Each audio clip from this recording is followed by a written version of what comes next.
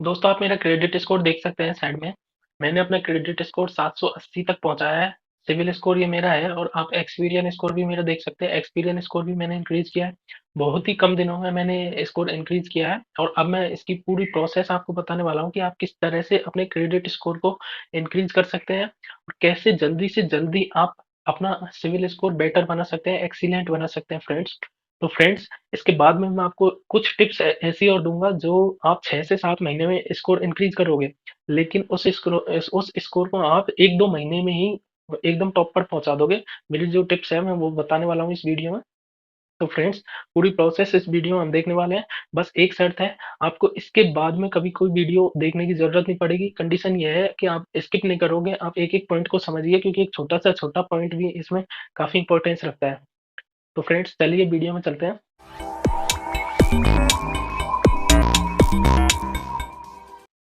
तो दोस्तों, सबसे पहले मैं आपको एकदम शॉर्ट में क्रेडिट स्कोर के बारे में बता देता हूँ। दोस्तों, क्रेडिट स्कोर 300 से और 900 तक का एक 3 डिजिट का कोड होता है। इसमें क्या होता है फ्रेंड्स, 300 का मतलब होता है एकदम मिनिमम क्रेडिट, एकदम घटिया क्रेडिट। ये बहुत ही ज्यादा इंपॉर्टेंस रखता है बैंकिंग सेक्टर में। आपकी जो बिहेवियर होता है पैसे के लेन देन को लेकर के, उसको ये दर्शाता है। यदि आपका 300 के करीब है तो आपका बहुत बेकार क्रेडिट स्कोर है, जबकि आपका 900 के करीब है तो बहुत अच्छा आपका क्रेडिट स्कोर माना जाता है। तो फ्रेंड्स, जनरली यदि आप क्रेडिट कार्ड लेना चाहते हैं या कोई लोन लेना चाहते हैं तो आपका 700 से ऊपर स्कोर कंपलसरी होता है। वैसे 780 से ऊपर होता है तब क्रेडिट क्रेडिट एलिजिबल माने जाते हैं आप। क्रेडिट बेस्ड एलिजिबिलिटी आपकी कंप्लीट होती है। लेकिन जन आपका 700 से ऊपर तो ये कंपलसरी है, उतना तो आपका होना ही चाहिए यदि आप किसी भी लोन क्रेडिट कार्ड के लिए अप्लाई करते हैं। तो फ्रेंड्स, चलिए हम पूरी डिटेल में जानकारी करते हैं कौन कौन से फैक्टर हैं जो इस पर डिपेंड करते हैं और इसको अफेक्ट करते हैं, कौन से इसको डाउन कर सकते हैं, कौन से इसको अप करते हैं। तो इसकी पूरी डिटेल में जानकारी करते हैं फ्रेंड्स। बस कंडीशन ये है कि आप स्किप ना करें वीडियो को, वरना आपको कुछ समझ में नहीं आएगा। आपका स्कोर 700 तक तो पहुंच जाएगा, लेकिन 750 से ऊपर स्कोर को इंक्रीज करना बहुत मुश्किल होता है।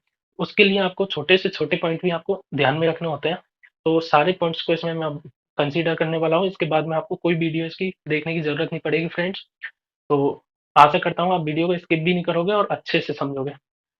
तो दोस्तों, सबसे पहले हम जान लेते हैं स्मॉल फैक्टर्स के बारे में। स्मॉल फैक्टर्स जो कि आपका अफेक्ट करते हैं क्रेडिट स्कोर को। जैसे कि आप 730 तक पहुंच गए, 740 तक पहुंच गए, उसके बाद आपको स्मॉल फैक्टर जानना भी बहुत जरूरी होता है, क्योंकि बाद में स्कोर बढ़ाना मुश्किल होता है।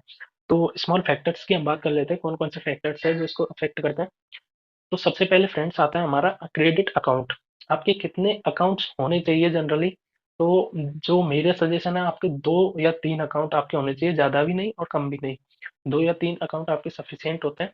2 से 3 अकाउंट आपके जरूर होने चाहिए। क्या फर्क पड़ता है फ्रेंड्स, जितने ज्यादा आपके अकाउंट इसमें रहते हैं, उसमें ये शो होता है कि आपको जो क्रेडिट आपका हिस्ट्री बन रही है, वो जैसे एक अकाउंट है तो सिंगल चलेगी, 2 अकाउंट चल रहे हैं आपके तो डबल चलेगी। तो काफी अच्छा इम्प्रूव करने का तरीका है ये, यदि आप 2-3 क्रेडिट अकाउंट आपके रखते हैं तो ये फैक्टर हालांकि बहुत कम अफेक्ट करता है स्कोर को, लेकिन फिर भी आपको ध्यान में रखना है। इसके बाद हम दूसरा फैक्टर जान लेते हैं फ्रेंड्स। दूसरा फैक्टर है हमारा क्रेडिट इंक्वायरी। क्रेडिट इंक्वायरी क्या होती है? इंक्वायरी 2 तरीके की होती है फ्रेंड्स। इसमें एक आता है आपका हार्ड इंक्वायरी, एक आती है सॉफ्ट इंक्वायरी। तो हार्ड इंक्वायरी में क्या करते हैं फ्रेंड्स, हार्ड इंक्वायरी जो होती है उसमें जैसे कि आप लोन लेना चाहते हैं या क्रेडिट कार्ड बनवाना चाहते हैं, उस कंडीशन में जो बैंक है वो आपका स्कोर जांच करता है। वो जो इंक्वायरी होती है वो होती है हार्ड इंक्वायरी। सॉफ्ट इंक्वायरी क्या होती है? सॉफ्ट इंक्वायरी होती है फ्रेंड्स, जब आप खुद अपना स्कोर चेक करते हैं सिर्फ एक व्यू के लिए कि हाँ, हमारा स्कोर कितना चल रहा है, उस हिसाब से आप किसी भी ऐप का यूज लेके आप अपना स्कोर चेक करते हैं, वो होती है सॉफ्ट इंक्वायरी। तो जो सॉफ्ट इंक्वायरी होती है फ्रेंड्स, उसका कोई भी आपका क्रेडिट स्कोर उससे डाउन नहीं होता है, आप कितनी भी बार उसको कर सकते हैं। लेकिन जो हार्ड इंक्वायरी होती है फ्रेंड्स, हार्ड इंक्वायरी में कंडीशन ये होती है कि जब हार्ड इंक्वायरी होती है तो वो आपके क्रेडिट स्कोर को भी डाउन करती है, नेगेटिव इम्पैक्ट भी डालती है यदि आपका लोन पास नहीं होता उस कंडीशन में। तो हार्ड इंक्वायरी आपकी कितना पॉइंट गिराती है? ये लगभग एक एक दो इंक्वायरी आप करते हो, 2 से 3 पॉइंट आपके गिरते हैं। इसलिए आपको बच के चलना है कि हार्ड इंक्वायरी मिनिमम रखनी है। एकदम आपको लगे कि हाँ, अब हमारा स्कोर एलिजिबिलिटी के लिए है, अब हमें लोन मिल सकता है, उसी टाइम अप्लाई करें, वरना फालतू इधर उधर अलग अलग ऐप में इंक्वायरी ना करते रहें। तो ये आपको ध्यान रखना है। साथ ही मैं इसकी एक अलग से वीडियो बना दूंगा। आपको जो क्रेडिट इंक्वायरी है, यदि आपकी फर्जी इंक्वायरी उसमें शो हो रही है, उनको कैसे रिमूव करना है, इसकी मैं आपको अलग से एक वीडियो बना दूंगा। इसके बाद अगला जो हमारा नॉर्मल फैक्टर है फ्रेंड, वो है क्रेडिट एज। क्रेडिट एज क्या होती है कि आपका जो पुराना से पुराना अकाउंट है वो कितना, मतलब कितने टाइम से रेगुलर चल रहा है। जैसे कि आपने कोई पे लेटर लिया, कोई लोन लिया 2 साल पहले, 2 साल से आपका रेगुलर चल रहा है वो अभी तक, तो आपका कितना पुराना से पुराना अकाउंट अभी तक चल रहा है। तो उसकी जो हिस्ट्री होती है वो इसको काफी इम्पेक्ट करती है। उसमें आपने कितने लोन पेंडिंग रखे हैं, कितने ड्यूज पेंडिंग रखे हैं, कितने कंप्लीट किए हैं, वो सारी चीजें आपकी बहुत ज्यादा अफेक्ट करती है। तो आपकी जो क्रेडिट एज है वो भी आपकी, जैसे अभी नया अकाउंट है आपका एकदम, तो नए अकाउंट में आपका स्कोर एकदम 780 तक जाने में टाइम लगता है। यदि आपका नया अकाउंट है, अभी जनरेट आपने किया है, यदि आपने अभी जनरेट नहीं किया, पहले से चल रहा है, तो इजीली आपका 780 से ऊपर पहुंच जाता है, क्योंकि आपकी क्रेडिट एज होती है। तो आप कोशिश करें आपकी जो पुराने से पुराना अकाउंट होता है वो भी आप बंद नहीं करवाएं, उसको पेंडिंग चलता रहे, ड्यू उसमें कोई ड्यू नहीं होना चाहिए, एकदम कंप्लीट पेमेंट रखें, अच्छी क्लियर हिस्ट्री रखें, और पुराने से पुराने अकाउंट को आप बंद नहीं करवाएं, जैसे कि क्रेडिट कार्ड या पे लेटर का जो भी अकाउंट है। ठीक है फ्रेंड्स। तो ये आपके जो ज़्यादा इंपॉर्टेंट फैक्टर नहीं थे, बहुत कम इम्पैक्ट करते हैं, लेकिन उसके बाद भी ये आपको ध्यान रखना है, क्योंकि दो दो तीन तीन पॉइंट्स करके भी आपका स्कोर नोट डाउन चल जाता है, और फिर महीनों लग जाते हैं दो तीन पॉइंट्स इंक्रीज करने में। इसके बाद हमारे इम्पोर्टेंट फैक्टर की हम बात कर लेते हैं, जो कि बहुत ज़्यादा अफेक्ट करते हैं क्रेडिट स्कोर को। तो सबसे पहला फैक्टर तो आपका है क्रेडिट हिस्ट्री, क्या चल रही है आपकी, मतलब इसका मतलब है कि आपकी जो पेंडिंग, जो आपके स्टेटमेंट बने हैं उनमें आपने ड्यूज, आपका कोई पेंडिंग है, जैसे अलग अलग टाइम पीरियड में होते हैं, आपने 30 दिन से लेट किया है या आपने 90 दिन से लेट किया है, तो 30 दिन तक लेट करोगे तो आपका स्कोर थोड़ा डाउन चला जाएगा। 90 दिन से भी लेट आपका कोई पेमेंट हो गया तो और भी बहुत ज्यादा डाउन चल जाता है। तो ये चीजें आपकी जो ड्यूज पेंडिंग रहते हैं, ये आपके क्रेडिट स्कोर को एकदम बर्बाद कर देता है। तो सबसे जो आपको बच करके चलना है, कि आपका स्कोर एकदम 700 से भी नीचे चला गया, 600 चला गया, 500 चला गया, तो उसका कारण सिर्फ क्रेडिट ड्यूज होता है। जो पहले मैंने फैक्टर बताए वो इतना इम्पैक्ट नहीं कर रहे हैं। तो ये दो फैक्टर अभी मैं बताने वाला हूँ, इसका आपका बहुत ज़्यादा अफेक्ट रहता है। जैसे कि क्रेडिट जो आपकी मैंने हिस्ट्री बताई है, इसको आप एकदम क्लियर करते चले, आपका कोई ड्यू नहीं रहे, तो ये आपका स्कोर को रेगुलर इंक्रीज करता चलेगा। रेगुलर आपका स्कोर इंक्रीज करेगा। यदि आप एकदम नए हैं क्रेडिट हिस्ट्री को लेकर के, जैसे कि आपका पिछला कोई हिस्ट्री नहीं है, आज ही आपने क्रेडिट कार्ड के लिए अप्लाई किया है, तो जब आप अप्लाई करते हैं तो उससे लगभग 2 या 3 महीने के बाद आपकी हिस्ट्री जनरेट होना शुरू होती है, मतलब आपका स्कोर जनरेट होना शुरू होगा। और जो जनरेट होगा वो ऐसा नहीं कि 300 से शुरू होगा। जैसे कि आपने आज क्रेडिट कार्ड लिया है, तो आपका 2 या 3 महीने बाद जब ये आपका जो बैंक है ये रिपोर्ट करेगा सिविल में, सिविल या क्रेडिट ब्यूरो में, तो आपका तुरंत 700 के करीब स्कोर पहुंच जाएगा। ऐसा नहीं है कि 300 से स्टार्ट होगा। तो 700 और 710 के करीब आपका स्कोर उस टाइम पहुंच जाता है। फिर वहां से आपको इंक्रीज करना होता है, वहां आपको छोटे मोटे फैक्टर भी उसमें देखने होते हैं। ठीक है फ्रेंड्स, तो क्रेडिट हिस्ट्री को आप क्लियर रखोगे। इसके बाद next important, most important factor इसको बोल सकते हो, वो है क्रेडिट यूटिलाइजेशन रेशियो। मतलब आपके जो दो तीन अकाउंट पुराने चल रहे हैं, क्रेडिट कार्ड हुआ या लोन हुआ या पे लेटर हुआ, उसमें मेनली ये क्रेडिट कार्ड का ही रहता है। तो जो आपका क्रेडिट कार्ड है उसमें आपकी लिमिट क्या है, और उस लिमिट का कितना पोर्शन आपने यूज ले रखा है, ये इंपॉर्टेंट, बहुत ज्यादा इंपॉर्टेंट होता है, मोस्ट इंपॉर्टेंट। यदि आपका यूटिलाइजेशन रेशियो 30% से ज्यादा होता है, तो आगे आप जो अप्लाई करोगे इजीली आपको लोन के लिए मतलब डिक्लाइन हो जाएंगे। जो भी क्रेडिट कार्ड के लिए, लोन के लिए आप अप्लाई करते हैं आगे, वो डिक्लाइन हो जाएंगे, जबकि लोगों को ये पता भी नहीं रहता है। लोग सोचते हैं हमारा स्कोर तो अच्छा है, लेकिन पता नहीं क्यों हमारे रिजेक्ट हो रहे हैं। उसका कारण सिर्फ यही होता है कि आपका क्रेडिट जो यूटिलाइजेशन है वो बहुत ज़्यादा रहता है। तो आपको ये 10 से 30% रखना है। यदि आप 10 से 30% रखते हैं तो आपका स्कोर एकदम से काफ़ी अच्छा जाएगा।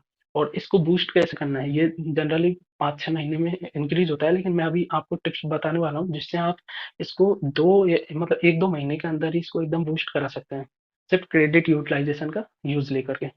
तो फ्रेंड्स, आपको जहाँ तक है ये सारे फैक्टर समझ आ गए होंगे कि हम कैसे क्रेडिट स्कोर को इंक्रीज कर सकते हैं, कौन कौन से फैक्टर अफेक्ट करते हैं। अब हम बात करते हैं हमारी जो ट्रिक वगैरह है उनके बारे में, हमें कैसे इसको इंक्रीज करना है। तो इसको इंक्रीज करने के लिए आपको थोड़ा टाइम देना है। जो मैं आपको फैक्टर समझा रहा हूँ वो आपको अच्छे से समझने हैं, तो ही आप इसको कर सकते हो। तो सबसे पहले फ्रेंड्स, मैं आपको एक बता देता हूँ इसके डेट के बारे में। जैसे आपका कोई क्रेडिट कार्ड आपने पहले से ले रखा है, उसकी डेट के का थोड़ा समझा देता हूँ। क्या होता है फ्रेंड्स, आपकी 2-3 डेट होती है इसमें। एक तो होती है स्टेटमेंट डेट क्रेडिट कार्ड की, जब आपका जो आपने अब तक महीने में यूज लिया है, वो कब इसका स्टेटमेंट जनरेट होता है, वो होती है स्टेटमेंट डेट। ठीक है। एक आपको मिलती है ड्यू डेट, मतलब आपका जैसे 2,000 रुपए का बिल बना है, तो ये बिल अब आज तो बन गया, वो तो स्टेटमेंट डेट है जिस दिन बिल बना है वो तो।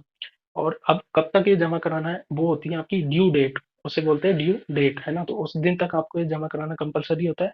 यदि तब तक आपने जमा नहीं कराया तो आपका पेंडिंग बता दिया जाता है 30 दिन के लिए, और 30 दिन बाद भी नहीं कराते तो फिर 90 दिन के लिए पेंडिंग हो जाता है। तो इस तरह से ये चलता है। तो ये डेट आपको दो समझ में आ गई। एक बिलिंग साइकिल होता है, मतलब आपका बिलिंग साइकिल क्या रहता है, स्टेटमेंट की डेट रहती है ना हर महीने की, वही जनरली बिलिंग साइकिल रहता है। जैसे कि आपका 11 तारीख से 11 तारीख आपका बिलिंग साइकिल है, ये बिलिंग साइकिल रहता है। इसको आप ढंग से समझिए। इसको समझाने का मैं अभी आपको रीजन बताऊंगा क्यों मैं इसको समझा रहा हूँ, आप बस थोड़ा सा समझिए ध्यान रख के। तो आपने ये 3 डेट जान ली। अब आपको जानने की जरूरत है एक डेट जो कि रिपोर्ट डेट होती है, जिसमें क्या करता है कि आपका फर्क नहीं पड़ता है कि आपका कितना आपने यूज, मतलब इसमें से बिल जनरेट हुआ है कितना क्रेडिट कार्ड का, कब आपको इसको जमा कराओगे और कब तक कितना जमा करा दिया, इससे कोई फर्क नहीं पड़ता है। एक डेट आती है रिपोर्ट डेट। ये क्या करती है, जैसे जनरली मैं अपने क्रेडिट कार्ड की बताऊं, मेरे क्रेडिट कार्ड की जो रिपोर्ट डेट है 30 तारीख है, तो मेरा जो बैंक है वो मेरे क्रेडिट कार्ड में कितना आउटस्टैंडिंग अमाउंट बच रहा है उसको 30 तारीख को रिपोर्ट करता है। फ्रेंड्स, अब थोड़ा सा हम जो अमाउंट होते हैं हमारे काफी अलग अलग टाइप के अमाउंट इसमें दिए होते हैं, आउटस्टैंडिंग अमाउंट, बिल्ट अमाउंट, इनके बारे में जान लेते हैं। क्या होता है फ्रेंड्स, एक होता है आपका स्टेटमेंट जब जनरेट होता है तो आपका बिल्ड अमाउंट बनता है, तो जितने का बिल बना है वो होता है बिल्ड अमाउंट, ठीक है। इसके बाद होता है आपका ड्यू अमाउंट, कि आपने जो बिल्ड अमाउंट है उसमें से कितने पैसे, मान लो 4,000 का बिल बना है आपका, 2,000 जमा करा दिए, तो जो बाकी के 2,000 है वो आपके ड्यू होते हैं। तो 2,000 जो ड्यू है वो ड्यू डेट तक आपको जमा कराने हैं, वो होता है ड्यू अमाउंट, ठीक है।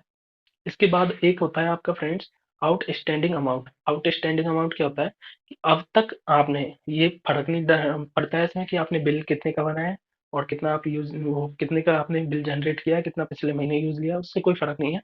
जो अभी आप देख रहे हैं उस टाइम तक आपका कितना आप इस क्रेडिट कार्ड में से यूज ले चुके हैं, वो होता है आउटस्टैंडिंग अमाउंट, जो आपको इसमें जमा कराना है टोटल, ठीक है।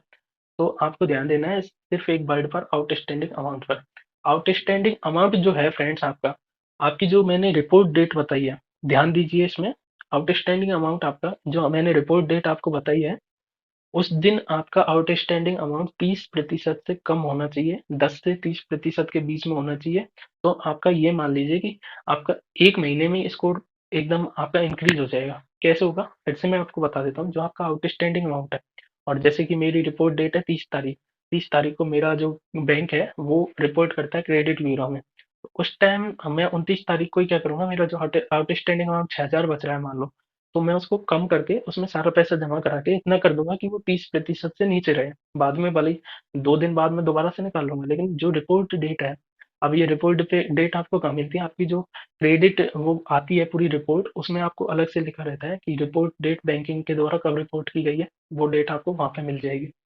उस डेट के टाइम आपको जो यूटिलाइजेशन रेशियो है ये 10 से 30% कंपलसरी है रखना। जब आप ये इस तरह से रखते हैं तो आपका स्कोर जरूर इम्प्रूव होगा, और आप 2 महीने के अंदर आपका स्कोर एकदम काफी अच्छे इम्प्रूवमेंट के साथ देख सकते हैं फ्रेंड्स।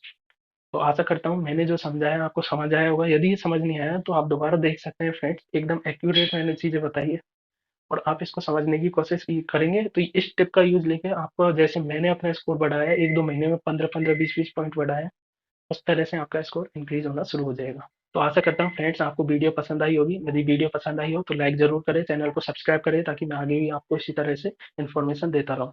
Thank you friends.